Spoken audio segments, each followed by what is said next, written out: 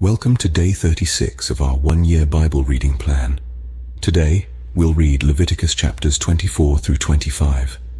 Before you begin, remember that it helps to establish a daily reading time. Begin with a short prayer, asking the Holy Spirit for wisdom and understanding. Always read for understanding and to hear from God, not just to finish today's reading. Please like, subscribe, and share this video to bless someone else. Now let's begin. Leviticus chapter 24, verse 1. The Lord said to Moses, "Command the Israelites to bring you clear oil of pressed olives for the light, so that the lamps may be kept burning continually. Outside the curtain that shields the ark of the covenant law in the tent of meeting, Aaron is to tend the lamps before the Lord from evening till morning, continually. This is to be a lasting ordinance for the generations to come. The lamps on the pure gold lampstand before the Lord must be tended continually. Take the finest flour and bake 12 loaves of bread, using 2/10 of an ephah for each loaf. Arrange them in 2 stacks, 6 in each stack, on the table of pure gold before the Lord. By each stack put some pure incense as a memorial portion to represent the bread, and to be a food offering presented to the Lord. This bread is to be set out before the Lord regularly, Sabbath after Sabbath, on behalf of the Israelites, as a lasting covenant. It belongs to Aaron and his sons, who are to eat it in the sanctuary area, because it is a most holy part of their perpetual share of the food offerings presented to the Lord." Verse 10. Now the son of an Israelite mother and an Egyptian father went out among the Israelites, and a fight broke out in the camp between him and an Israelite. The son of the Israelite woman blasphemed the name with a curse, so they brought him to Moses. His mother's name was Shelomith, the daughter of Dibri the Danite. They put him in custody until the will of the Lord should be made clear to them.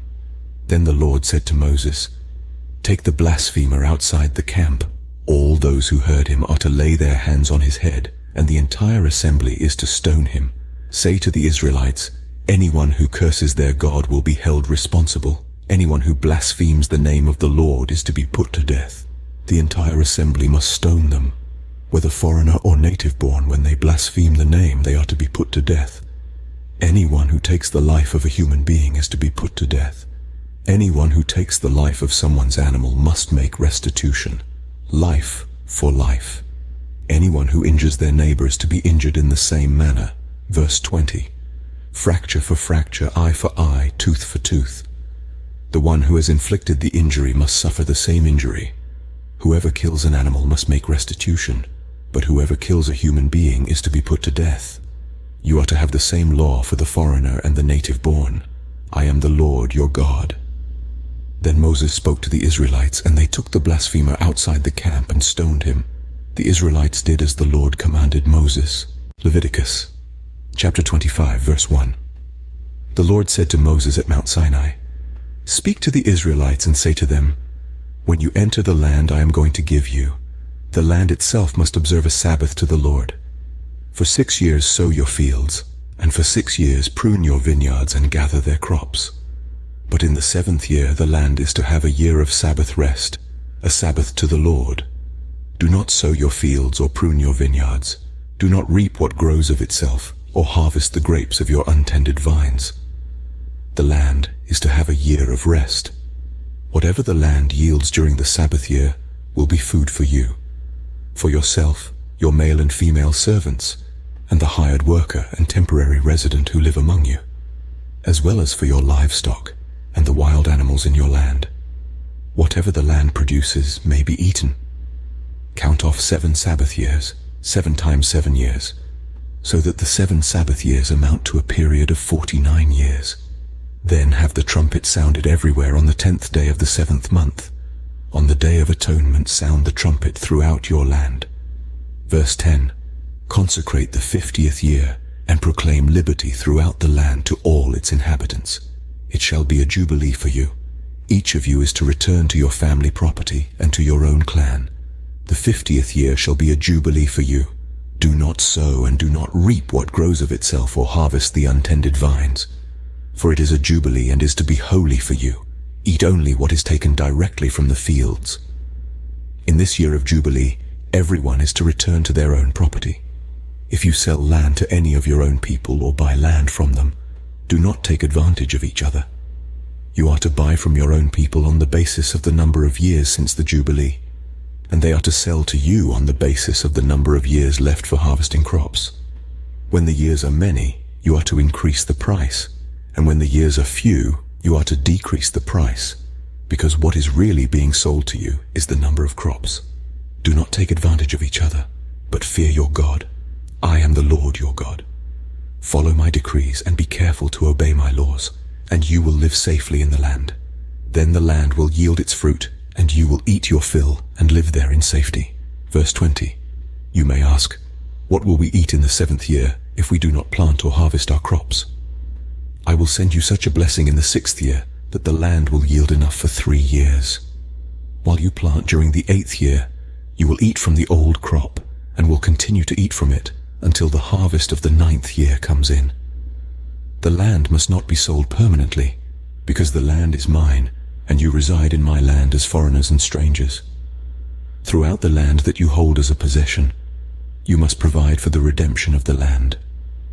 If one of your fellow Israelites becomes poor and sells some of their property, their nearest relative is to come and redeem what they have sold. If, however, there is no one to redeem it for them, but later on they prosper and acquire sufficient means to redeem it themselves, they are to determine the value for the year since they sold it, and refund the balance to the one to whom they sold it. They can then go back to their own property.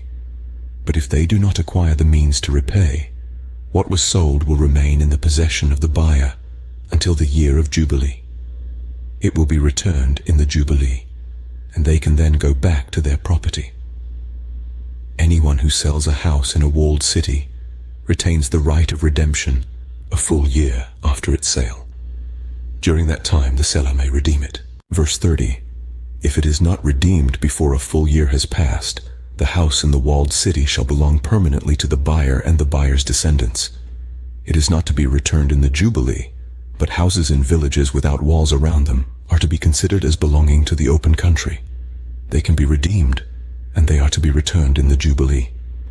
The Levites always have the right to redeem their houses in the Levitical towns, which they possess. So the property of the Levites is redeemable, that is, a house sold in any town they hold, and is to be returned in the Jubilee, because the houses in the towns of the Levites are their property among the Israelites. But the pasture land belonging to their towns must not be sold. It is their permanent possession.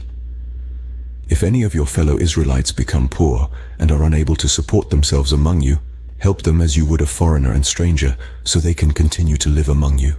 Do not take interest or any profit from them, but fear your God, so that they may continue to live among you.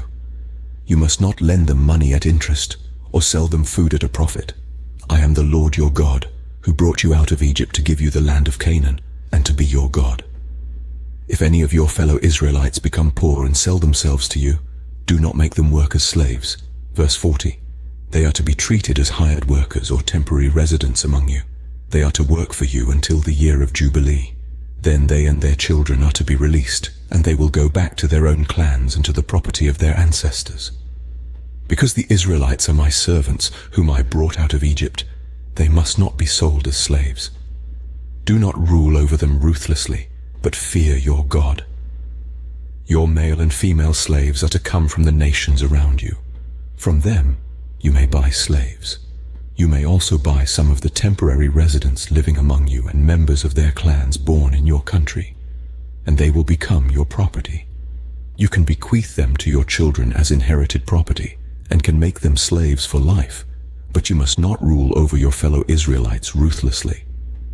If a foreigner residing among you becomes rich, and any of your fellow Israelites become poor, and sell themselves to the foreigner or to a member of the foreigner's clan, they retain the right of redemption after they have sold themselves.